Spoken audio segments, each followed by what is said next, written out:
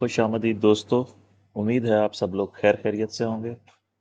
कल मैं वीडियो नहीं बना सका हूँ, कुछ मसरूफियत थी मेरी, और आज भी वीडियो को हम जल्दी ख़त्म करेंगे। तो जल्दी से एक ओवरलुक आपको दिखा देता हूँ कि हमारा जो प्राइम सिनेरियो था, अपनी तरफ से हमने ये कंसीडर किया हुआ था, एज्यूम किया हुआ था कि वेव बी यहाँ पे ख़त्म हो गई है और हम वेव सी में 1 2 3 4 5 करके नीचे जाएंगे।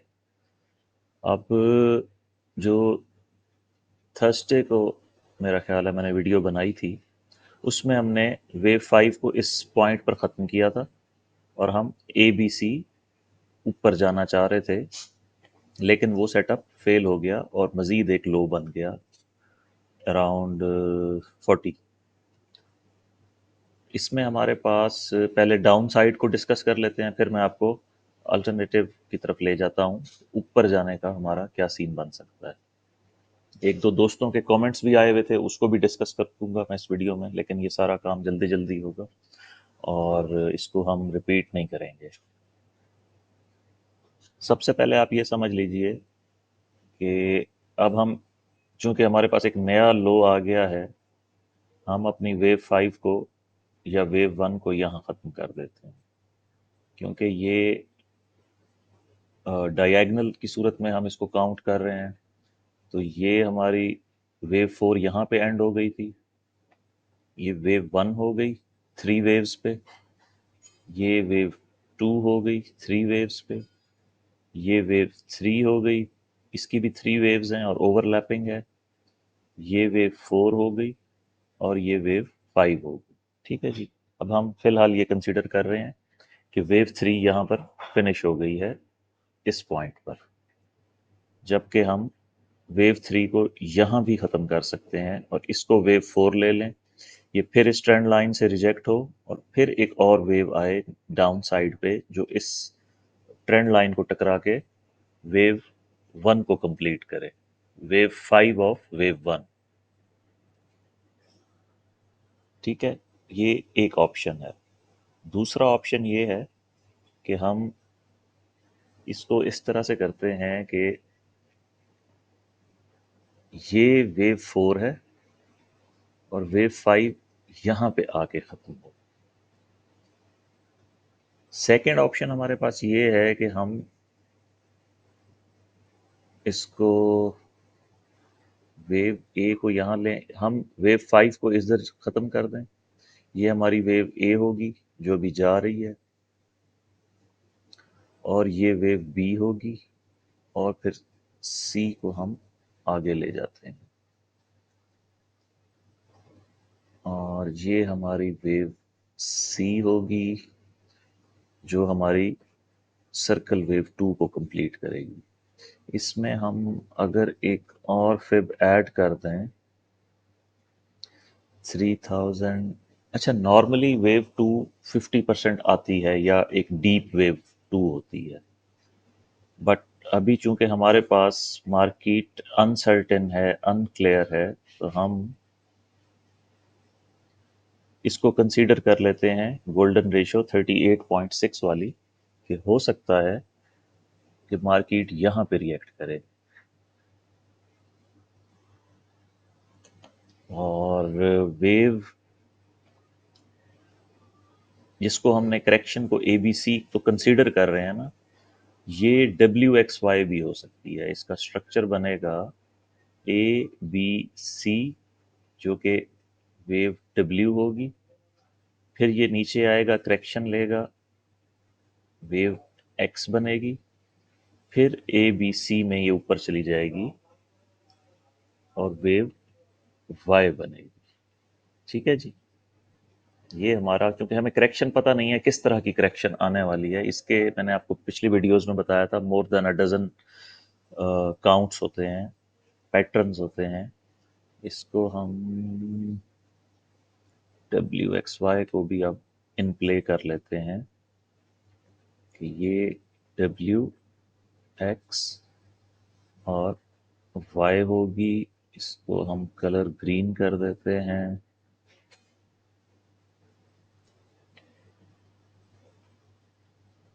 ये हमारा डाउन साइड पे जाने का वर्जन है।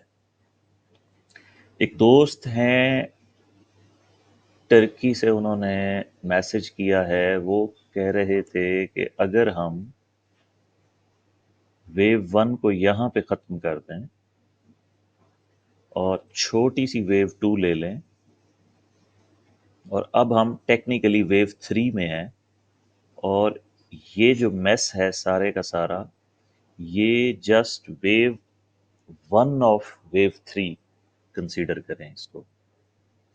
ये टेक्निकली तो पॉसिबल है, वेव काउंट इस तरह से हम कर सकते हैं। बट जो वेव 3 होती है, मैंने आपको बताया है अपनी वीडियोस में कि wave 3 most of the time एक इम्पल्स होता है जिसमें शार्प डिक्लाइन आया करता है। अगर वेव 1 कंप्लीट हो गई थी और वेव 2 बहुत छोटी सी थी, शैलो वेव 2 थी, तो वेव 3 को इम्पल्स आना चाहिए था।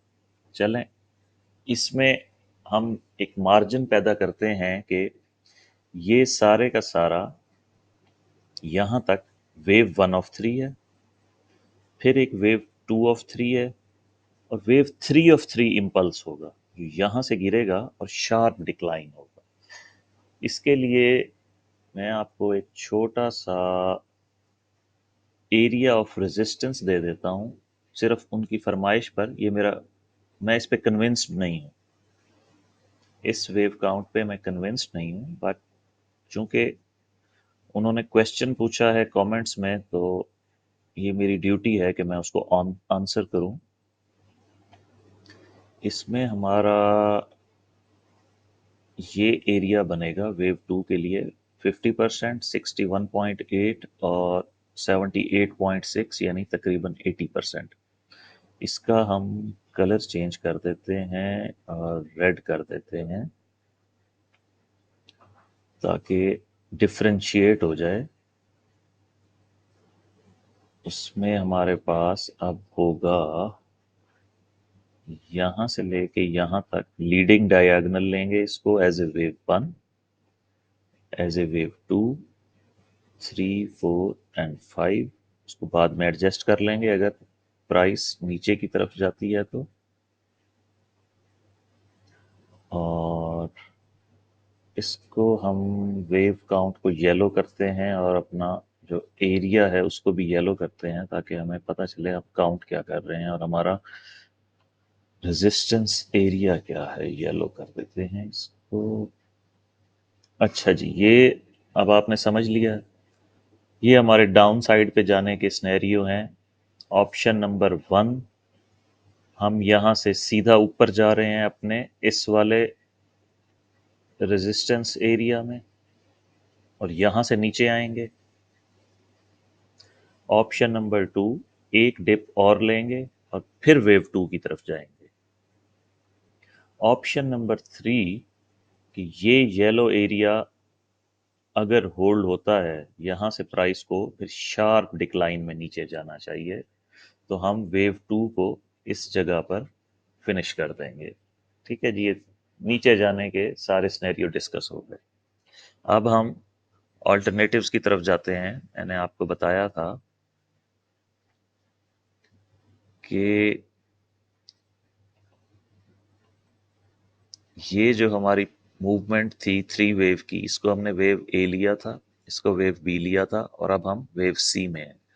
वेव सी में जाने के लिए मैंने आपको बताया था कि ये पहला 1-2 सेटअप है, और फिर ये दूसरा 1-2 सेटअप है, और फिर यहाँ से अब इम्पल्स आना चाहिए। बट अभी तक ना ऊपर की तरफ कोई इम्पल्स आया है, ना नीचे की तरफ कोई इम्पल्स आया है।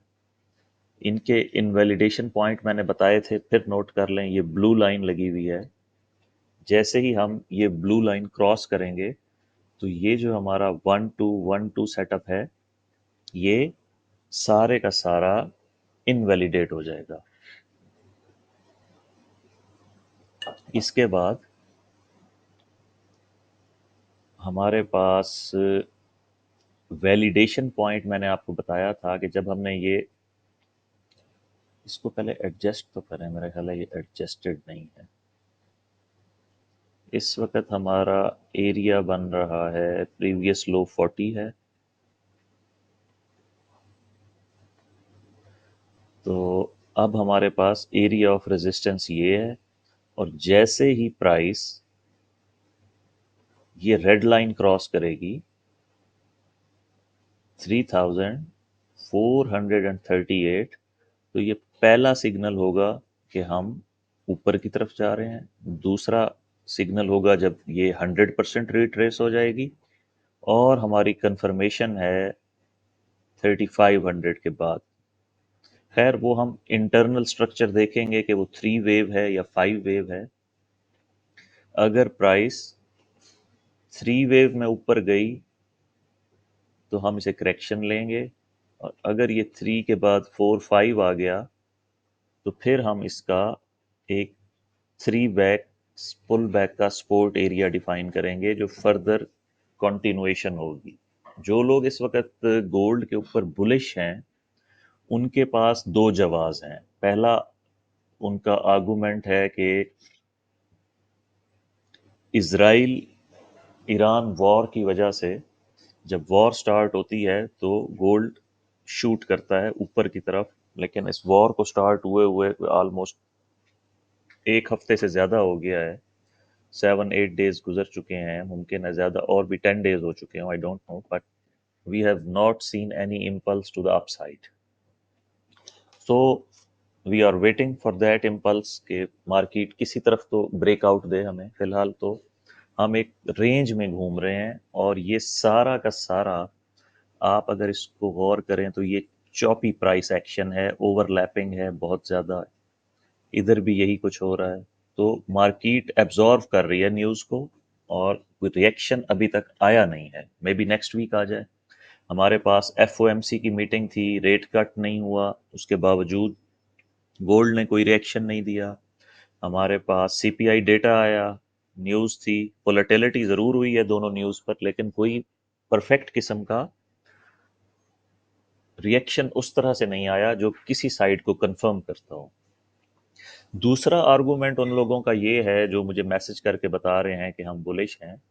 वो कहते हैं कि चूंकि डॉलर नीचे जा रहा है, तो जब जब डॉलर नीचे जाता है तब तब गोल्ड ऊपर जाता है। उनकी बात किसी हद तक तो ठीक है, 70 80% ऐसे ही होता है, लेकिन ये कोई 100% थंब रूल नहीं है। बहुत दफ़ा ये चीज़ ऑब्जर्व हो चुकी है कि गोल्ड भी नीचे जा रहा होता है और DXY भी नीचे जा रहा होता है। बहुत दफ़ा ये चीज़ डिस्कस हुई है कि गोल्ड भी नीचे जा रहा है और डॉलर भी नीचे जा रहा है। तो हम इस को रिलेशन पे डिपेंड नहीं करेंगे। हमें किसी भी तरफ जाने के लिए एक इम्पल्स चाहिए जो हमारे इनवैलिडेशन पॉइंट्स को हिट करे, और 5 वेव मूव में या ऊपर जाए, या फिर 5 वेव्स मूव में वो नीचे की तरफ जाए। तो जब तक हमारे पास 5 वेव्स नहीं आती, और 5 वेव्स के बाद एक 3 वेव्स का पुल बैक नहीं आता, 1 2 सेटअप नहीं बनता है, हम किसी भी तरफ इसको कंफर्मेशन नहीं दे सकते हैं। तो नेक्स्ट वीक में ये रेजिस्टेंस एरिया होगा, और सपोर्ट अगर 1 2 सेटअप, जिसको मैंने आपको बता रहा था, एक ये 1 2 है और एक ये 1 2 है। इसकी सपोर्ट बनती है इस ब्लू लाइन से लेके हमारा जो प्रीवियस हाई है 51 तक, 3400। इसके पास स्टिल गुंजाइश है एक और डिप करने की 3328 तक।